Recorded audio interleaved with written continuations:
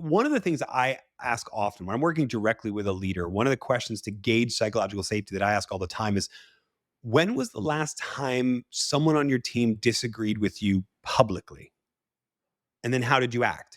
Right? Because people are going to mimic how you act. And that's what makes that skill of active listening so important, right? If you just jump in the first time they take a breath and tell them why their idea will never work, right? Or you just sort of start to berate them for the failure before they've even explained the whole situation, people will mimic that.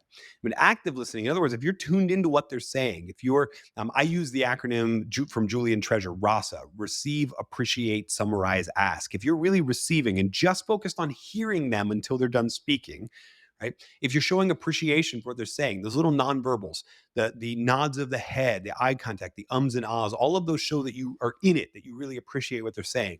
Before you say anything, if you can summarize what you heard them say, which not only helps them feel heard, it gives you a chance to check for understanding before you respond. And then when you do respond, if you, before you give your take, can ask those kind of clarifying questions that help them get at it, you can not only treat them with respect in that moment, but you can probably understand what's actually happening, understand the problem, the failure they're coming to you, and better extract the lesson. So to me, active listening is not just important for demonstrating respect and modeling that way.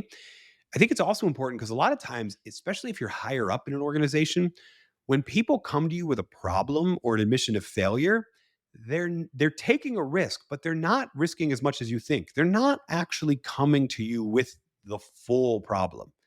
They're coming to you with the problem they trust sharing in front of you. And there may be other information they're holding from you. There may be other situations. They may just be telling you a symptom of the deeper problem because they don't know what your reaction is going to be yet.